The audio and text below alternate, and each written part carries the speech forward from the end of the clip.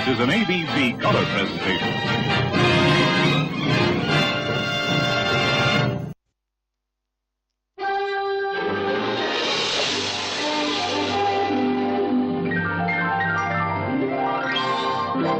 Walt Disney's Disneyland.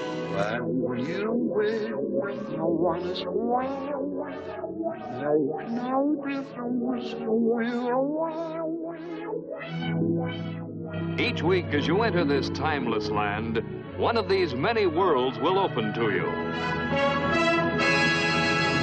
Frontierland. Tall tales and true from the legendary past.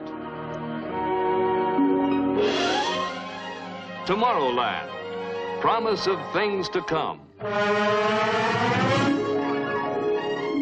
Adventureland.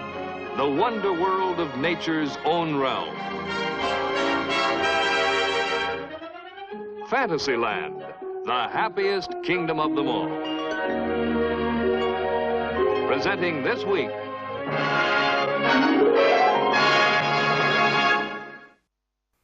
Here to introduce you to this new series is Walt Disney. In our modern world, everywhere we look, we see the influence science has upon our daily lives. Discoveries that were miracles a few short years ago are accepted as commonplace today. Many of the things that seem impossible now will become realities tomorrow. One of man's oldest dreams has been the desire for space travel, to travel to other worlds. Until recently, this seemed to be an impossibility. But great new discoveries have brought us to the threshold of a new frontier, the frontier of interplanetary space. In this Tomorrowland series, we are combining the tools of our trade with the knowledge of the scientists to give a factual picture of the latest plans for man's newest adventure. Here's Director Ward Kimball to tell you about it. In working with engineers and scientists, we have found that there are many different opinions as to how we will eventually cross the space frontier. However, there's one point all of them seem to agree upon, and that is whether we use chemical fuels or atomic energy, it will be a rocket-powered ship that will finally take man into space. So, to set the stage for the part the rocket will play in the coming conquest of space, our artists have searched back through history and traced the rocket and various space travel ideas from their earliest beginnings. The first thing we found out was that the rocket is not such a modern invention after all. In fact, its history began way back in the 13th century. It was in China, to be exact, at the Battle of Kai Feng Fu.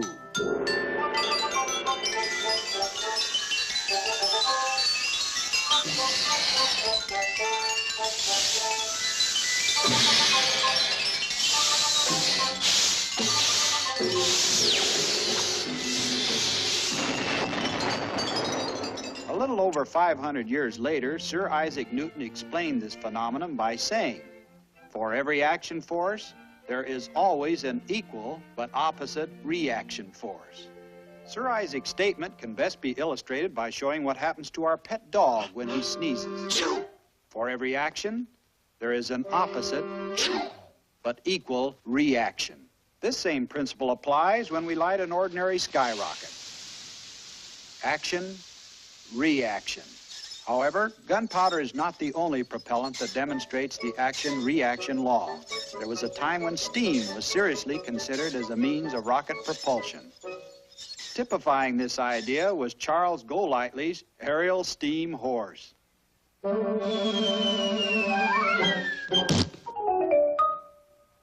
Early inventors soon realized that steam rockets would be too heavy to fly, so they returned to designs utilizing gunpowder.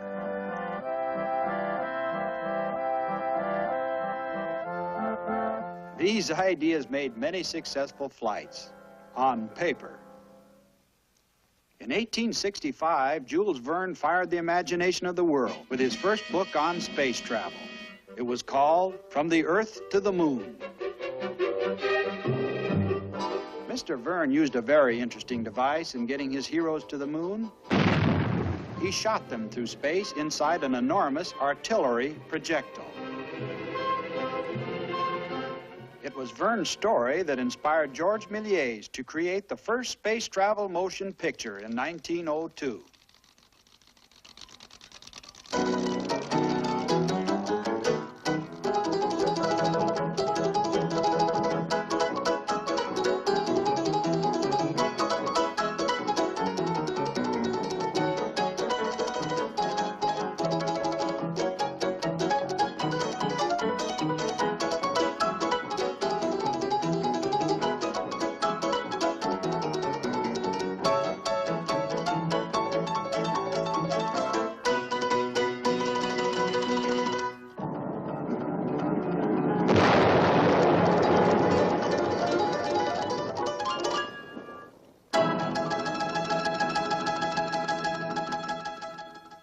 first man to associate space travel with the use of rocket power was Hermann Gansfind. His idea was to have the rocket pull the ship instead of push it. This conception was quite unique, but only an inventor's dream. However, a few decades later, a real milestone in rocket history was passed when the American professor, Robert H. Goddard, introduced a liquid fuel rocket, which used gasoline and liquid oxygen instead of gunpowder. This small forerunner of our large present-day rockets actually rose 60 feet into a wintry New England sky. These experiments led to the founding of the American Rocket Society to advance the science of rocket propulsion. At the same time, the German professor Hermann Oberth wrote, "Theoretically, there is no limit to the size of a rocket which uses liquid fuel." In 1929, Oberth designed a giant rocket ship for the Fritz Lang movie, Frau im Mond. The Girl in the Moon. During the late 1920s and early 30s, we saw an era of feverish activity among the rocket experimenters. Almost every type of vehicle was adapted to rocket power.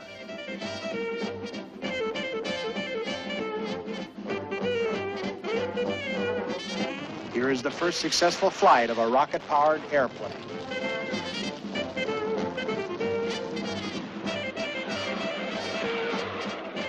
Rocket-powered autos were fast, but presented quite a smoke problem. There were railroad rockets and nautical rockets.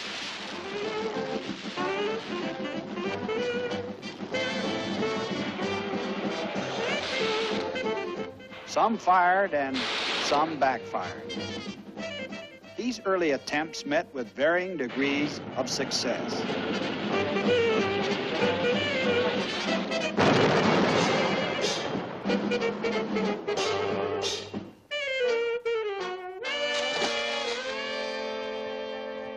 Meanwhile, in Germany, a group of serious-minded engineers founded a new society for space travel and succeeded in building rockets which finally reached an altitude of 1/2 mile.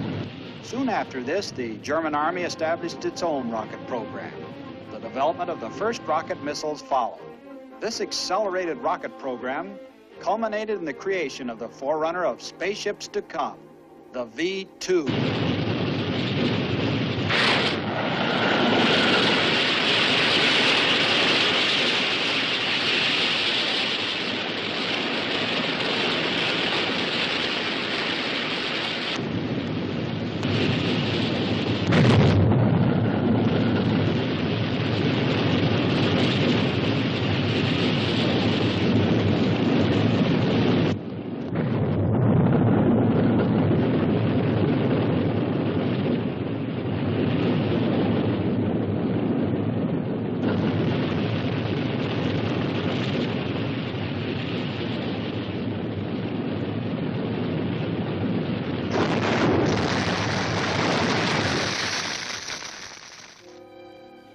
Even though there were a few mishaps, the V-2 emerged at the end of the Second World War as the most successful rocket yet devised by man.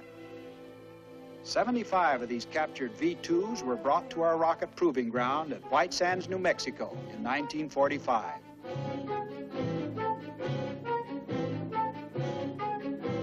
Here, exhaustive studies and test firings were made to aid us in mapping our own newly created rocket program.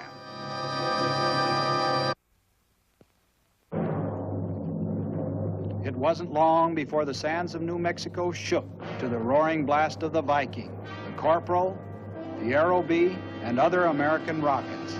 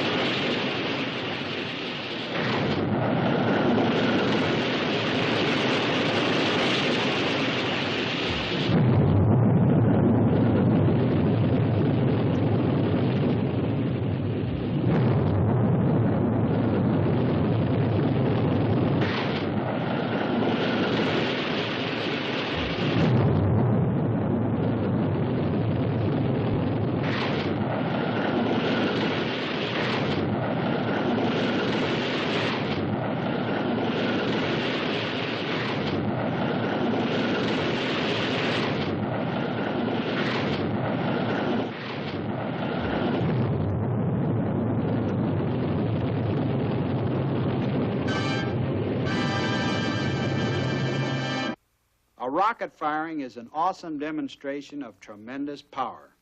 I think we should find out how it works. One of the best authorities on this subject is the rocket historian, Willie Lay.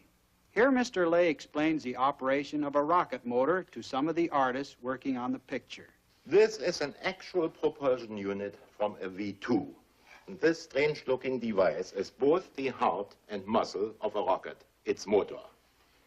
Now, all earthbound engines have to burn oxygen from the surrounding atmosphere. But the high-altitude rocket motor has to work in outer space where there is no oxygen. To overcome this, we carry a tank of liquid oxygen here. When burned with a fuel, in this case alcohol, it produces an intensely hot, torch-like flame that would quickly melt the motor. However, we cool the motor by first circulating the alcohol fuel around it, until this fuel finally reaches the point where it is sprayed, along with the oxygen, into the combustion chamber. When this steady flow of alcohol and oxygen is ignited, it produces a continuous explosion which blasts the rocket away in the opposite direction. Here again we have action and reaction. If this motor is placed in a streamlined hull with suitable controls, it can reach a high altitude in a very short time. The V2 rocket motor only operates 65 seconds to a height of 20 miles. But then the V2 has gathered so much speed that it will coast upward to an altitude of 114 miles before gravity begins to pull it back to Earth. Notice that the rocket does not nose over in the thin upper air, but it falls tail first until it re-enters the denser atmosphere where the air, acting on the tail fins, turns the rocket nose down. Early in 1949, space history was made when the payload in the nose of a V2 was a small rocket called the Wack Corporal. When the large V2 reached its maximum speed, the smaller rocket was ignited. This additional boost in speed enabled the Wack Corporal to set a new high-altitude record of 250 miles. This day marked the first time that a man-made object reached outer space. This was accomplished by using a double rocket, then secretly known as Project Bomber. However, we refer to it as a two-step or two-stage rocket. Is it possible to build a three-stage rocket? Yes, as a matter of fact, that's the next logical step. Here's a rocket I have designed that has 3 stages. It would stand about 70 feet high or a little taller than the old V2. Here you can see the 3 sections, each one having its own rocket motor. If somebody will please make a sketch for me, perhaps I can explain how it will work. Good. Here we show our rocket in its launching position. The first great blast starts to lift it, and after gaining initial speed, the first section is cast off at 20 miles up. At 45 miles, the second stage is released. The third stage now fires until it reaches an altitude of 70 miles. At this point, our rocket has now attained a tremendous speed and the motor shuts off. Its forward momentum would carry it straight out into space if it were not for the Earth's gravity. This downward pull of gravity bends the upward course of the rocket into a curved path. And if the rocket's speed going away from the Earth creates enough centrifugal force to balance this pull of gravity, our rocket will continue coasting in its curved path around the Earth indefinitely. Mr. Lay, is there another way we can illustrate this? Yes, let's explain it this way. If the rocket were to move at a slower speed, the pull of gravity would soon overcome the rocket's momentum, and it would return to Earth here. If we add a little more speed, the path of the rocket becomes longer, and it goes farther before it returns to Earth here. So if we have our rocket go fast enough, it will eventually follow a curve which matches the curvature of the Earth and will not fall back. We might say that the rocket falls around the Earth as long as it maintains sufficient speed. But how does it maintain this speed with the motor shut off? Remember, our rocket is traveling above the atmosphere in space, where there is no air friction to slow it down. How fast does it have to go to stay up there? Now that depends on how high we want the rocket to be as it circles the Earth. Let's use the altitude of 1,075 miles. Because at this height, the rocket will have to go nearly 16,000 miles per hour and will make a complete trip around the world every 2 hours. A few adjustments in its course will be necessary, but this can be accomplished from the ground by remote control, after which the rocket will continue to coast freely in space forever. In other words, the rocket will stay up there just like the moon. Yes, it will circle the globe as a man-made satellite. What is the purpose of having this satellite up there? Having this instrument-carrying rocket moving around the Earth will give us a lot of important information which we'll need before we dare let a man make his first trip into space. To run the scientific apparatus contained in the satellite, a mirror will focus the intense rays of the sun onto a silicon battery, converting solar energy into electricity. There will be a television camera to give pictures of the Earth as it appears from 1,075 miles up. We will collect very important data on the effects of the mysterious cosmic rays. Even hits by meteorites the size of a grain of sand will be recorded. Every 2 hours, when the rocket moves over the North Pole, its radio will transmit a stream of data to a receiving station below. This will be the first outpost in man's conquest of space.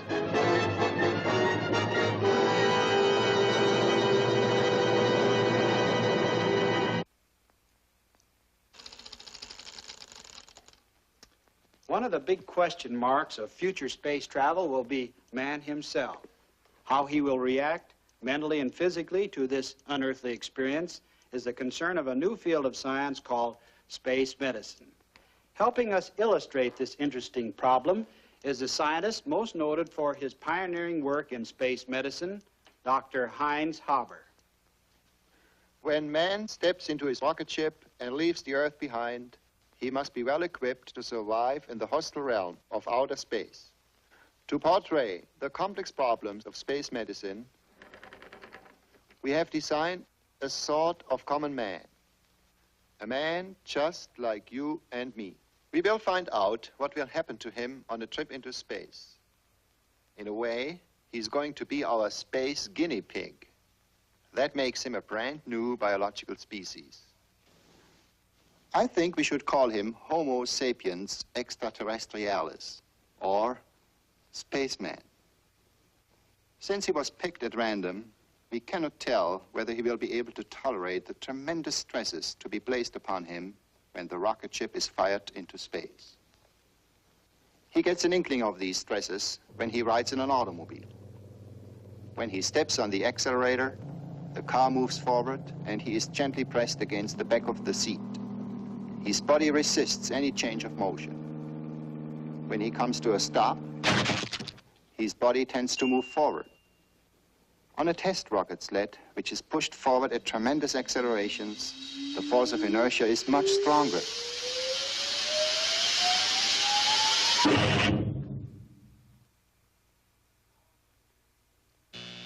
We are all familiar with centrifugal force. We duplicate this force in the laboratory by using human centrifuges. These machines artificially create on man the crushing pressure he will have to endure in a rocket takeoff from Earth.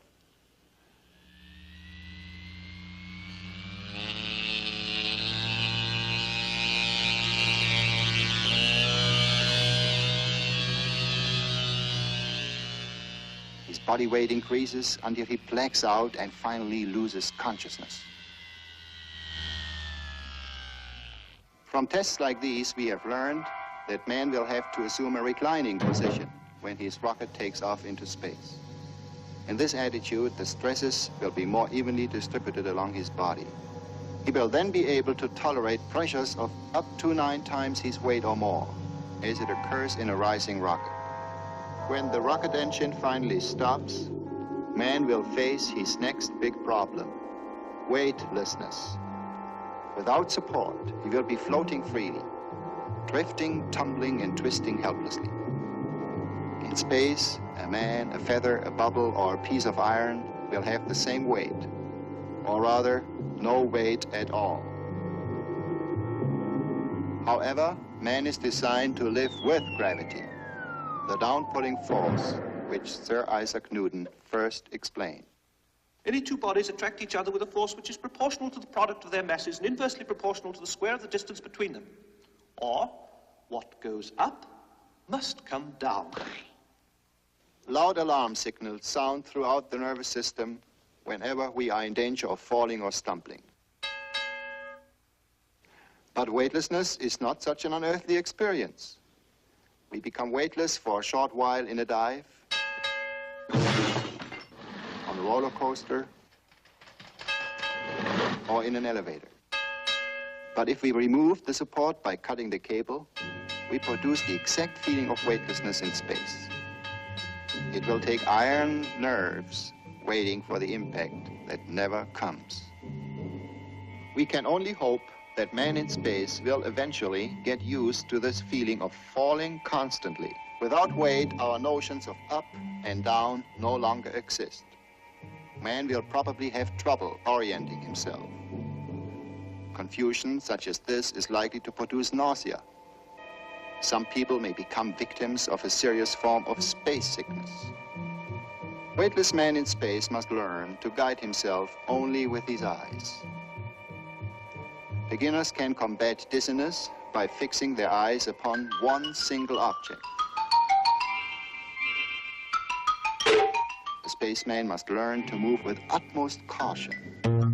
His muscles are adjusted to normal earthbound gravity. In space, any casual action will be violently magnified. He must coordinate himself under an entirely new set of rules. He can hardly avoid spinning constantly. When he crouches into a compact mass, he will spin faster. If he spreads his arms and legs, the spinning will slow down. After considerable practice, man will be able to master the art of swimming through the air within the rocket ship.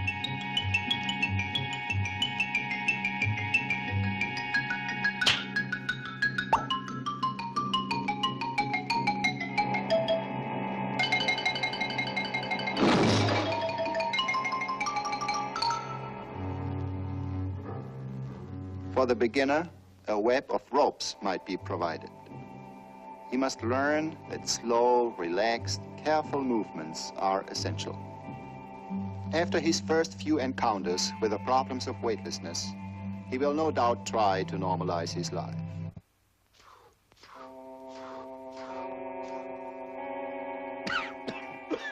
Even the air he breathes will be weightless. Natural circulation of air does not exist, and there is danger of suffocating in one's own exhalations. Air must never be allowed to become stagnant in a spaceship. Circulation must be maintained by constant ventilation. Since all objects are also without weight in a coasting rocket ship, they must be safely secured by bolts and clamps. For handling large, bulky objects, man will have to anchor himself in some fashion. But as it takes force to overcome the object's inertia and set it in motion, it takes equally as much force to stop it once it is moving.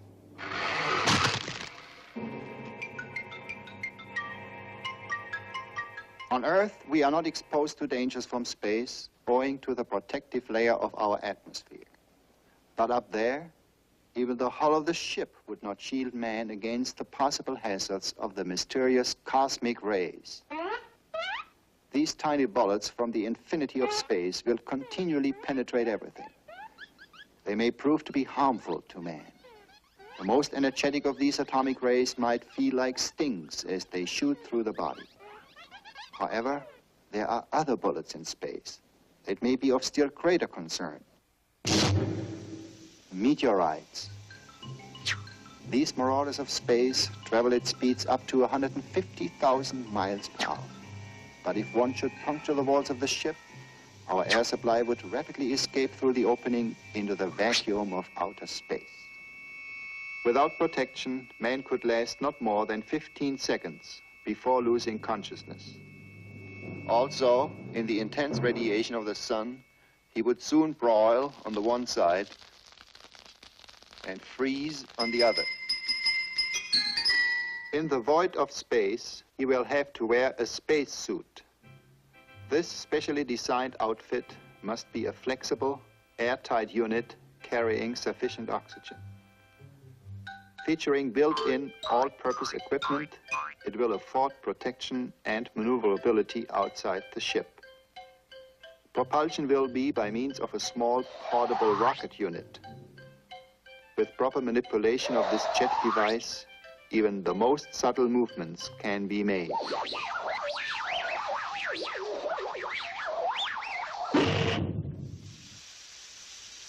Action, reaction. Dining under conditions of weightlessness will present new and surprising problems. Liquids will be particularly annoying. They will not pour. They must be transferred by titration tubes. This tube will contain the liquid until it is forced into the desired location.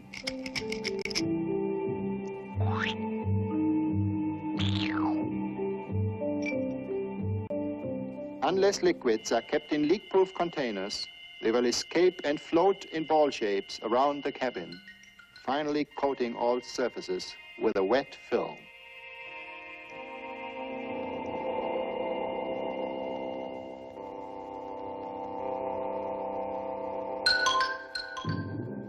Plastic bottles will be used so that liquids can be squeezed out. Food will be cooked in closed containers by radio frequency short wave. Space etiquette will call for the extensive use of sugar tongs. Man can overindulge in space, but he will never be overweight. To relieve the inevitable tensions of space travel, we must provide suitable recreation. A game of three-dimensional pool could be particularly relaxing.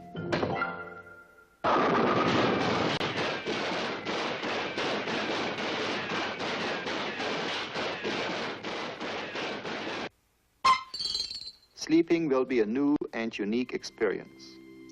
A space traveler will not need a pillow or mattress. His bed will consist of a net enclosure to prevent drifting in his sleep.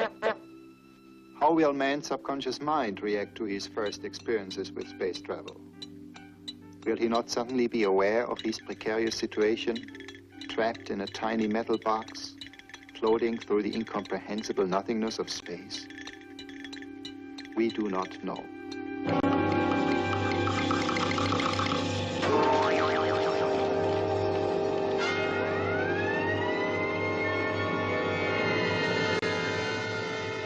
We must plan intelligently if these pioneers of space are to survive and return to Earth safely. The conquest of space will depend to a great degree on the research and findings of this important new field of science, space medicine.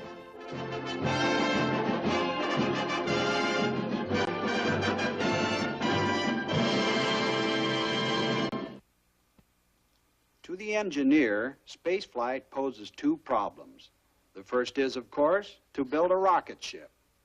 The second, and no less important, is to prepare and train the men who are to fly the future rocket ships and to provide suitable working conditions that will enable them to survive in space.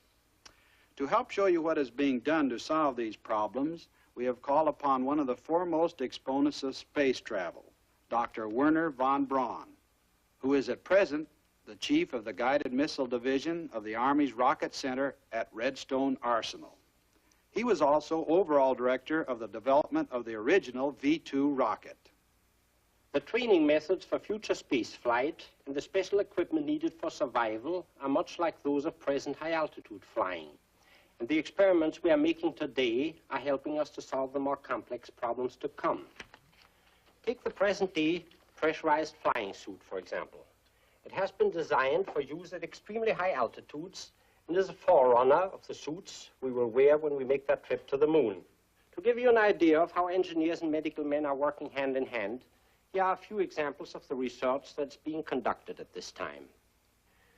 This pressure suit is being worn in a test chamber where the air pressure can be dropped suddenly. Notice that the water boils at this low pressure, even though it is only at normal body temperature. Blood would do the same without the protection of the suit. In other tests, without the suit, where the drop in air pressure is less severe, we see that the body still reacts violently to a sudden decrease in pressure.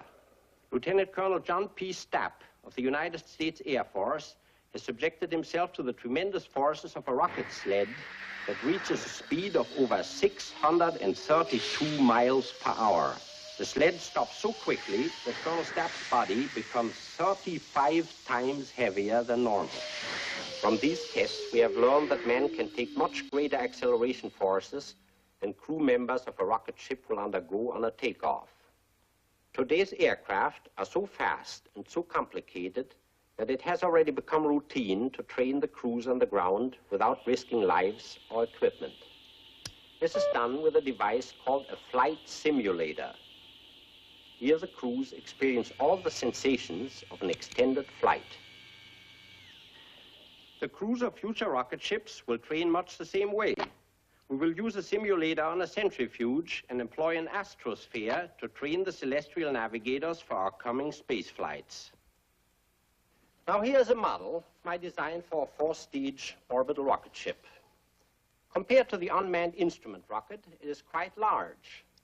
But the overall size and weight of the rocket is mainly determined by the 11 tons weight of this top section. This weight dictates the amount of fuel and the numbers of motors needed to produce enough power to equalize the gravitational pull of the Earth. The payload in the top section will consist of 10 crew members plus equipment. Notice the wings, small rocket motor, and landing gears. This is a section that must ultimately return the men to the Earth safely. To produce the energy needed to hurl this stage into the orbit, we need these 3 additional rocket-powered sections. Here we have a cutaway drawing of our rocket, showing the location of the fuel and the motors of each section.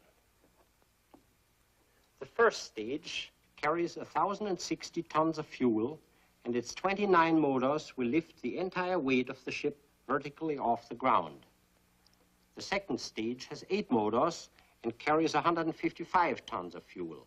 It will be dropped when its speed has reached 14,300 miles per hour. The next is our third stage, with only 1 rocket motor and 13 tons of fuel. The third stage gives the passenger section the final kick to attain the orbit. It will not be separated from the passenger section until just before the return flight. The third stage will be left in space, and a very small motor in the winged fourth stage will return the ship to the atmosphere so it can glide back to the base. If we were to start today on an organized and well-supported space program, I believe a practical passenger rocket could be built and tested within 10 years. Of course, it would be foolish to rush headlong into building a 4-stage rocket, man it with a crew, and attempt to fire it into an orbit without first following a step-by-step research and development program. Let's illustrate this with the help of a few pictures. First, we would design and build the 4th stage. and then tow it into the air to test it as a glider. This would also allow the crews to practice. Next, low-altitude flights would be made, firing the small rocket motor in the fourth stage. This would also give the crew more and more training. Following that, the third and second stages would be constructed and tested very thoroughly on the ground, after which they would be joined to the passenger section so that faster and longer flights could be made up to speeds of about 12,000 miles per hour. The only thing remaining would be the building and ground testing of the huge first stage. Then there would be no more test flights. When all the sections are joined together, the ship and its crew will be ready for man's first flight in space. Let's look ahead a few years and see how this might be accomplished. There it is, a small atoll of coral islands in the Pacific, where man is dedicated to just one cause, the conquest of space. Here below us, a small city has been created to house the scientists, engineers, and technicians on whose shoulders rests the tremendous responsibility for this great adventure. This is the Rocket Assembly Building, with tracks running to the launching site. Only 48 hours remain until firing time. Our spaceship moves ponderously toward the firing site.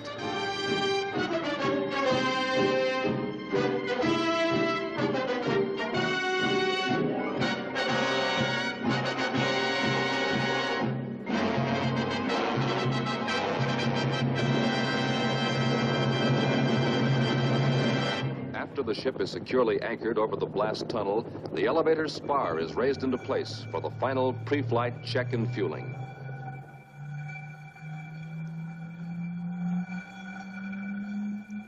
This is the blockhouse, the control center for Operation Space Flight.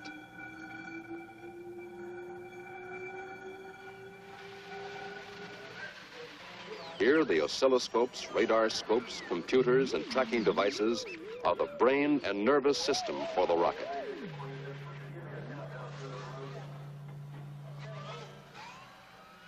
Dancing patterns of light will record every detail of the blast-off and climb into space. In the windowless blockhouse, observation is by periscope.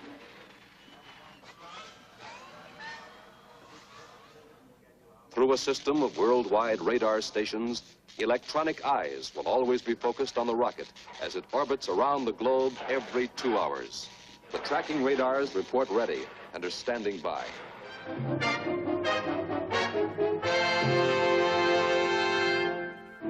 The optical tracking stations are poised and ready to follow the rocket in its upward flight.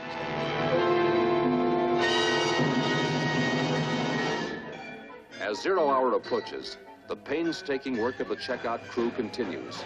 The ship and every piece of its equipment is being checked and rechecked. Blockhouse, can you hear me?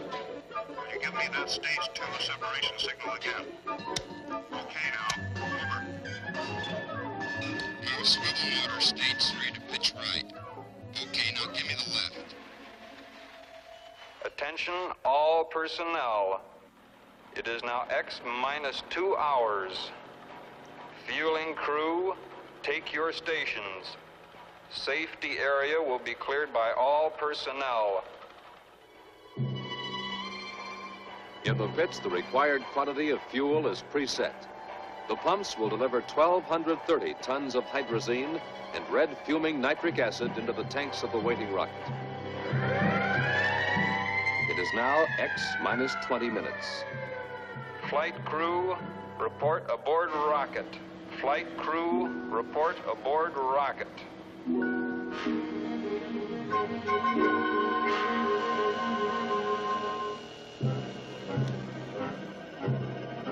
After years of careful preparation, testing men and materials, this is the final payoff.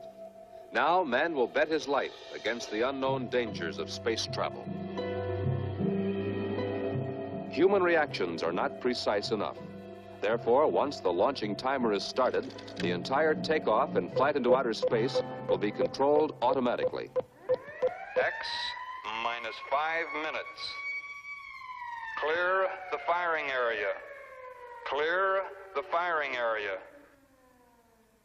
X minus 90 seconds. X minus 30 seconds. X minus 20 seconds. X minus 15 seconds. X minus 10, 9, 8, 7, 6, 5, 4, 3, 2, 1.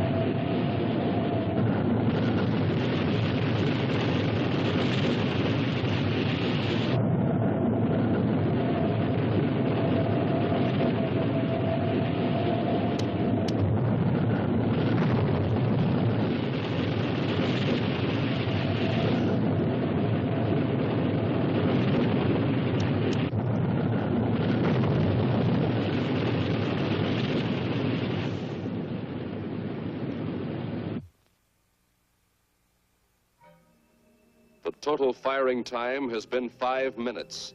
The ship will now coast for 51 minutes before the adaptation maneuver begins. At over 60 miles above the Earth, the crew members experience the sensation of weightlessness for the first time. Blockhouse to XR1. Your cutoff altitude is 63.9 miles. Distance from launching pad, 705 miles. Velocity, 18,467 miles per hour. Angle of elevation, 4 minutes apart. Plane of your ellipse of ascent incline, 66 degrees, 32 minutes, 2 seconds to plane of equator. Out.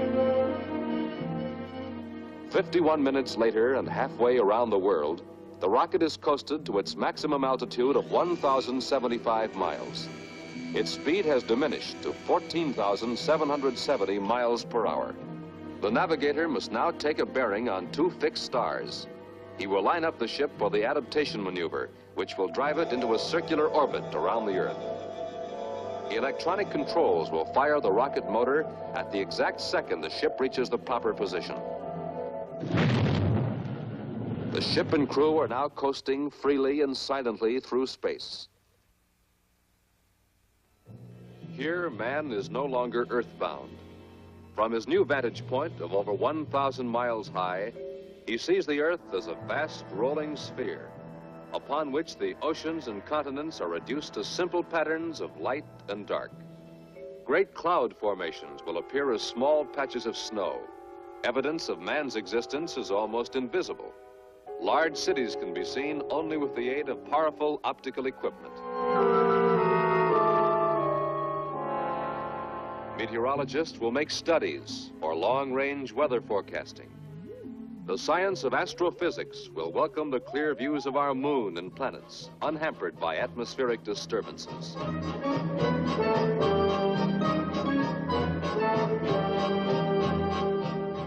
Space medicine will benefit from tests conducted with new type spacesuits.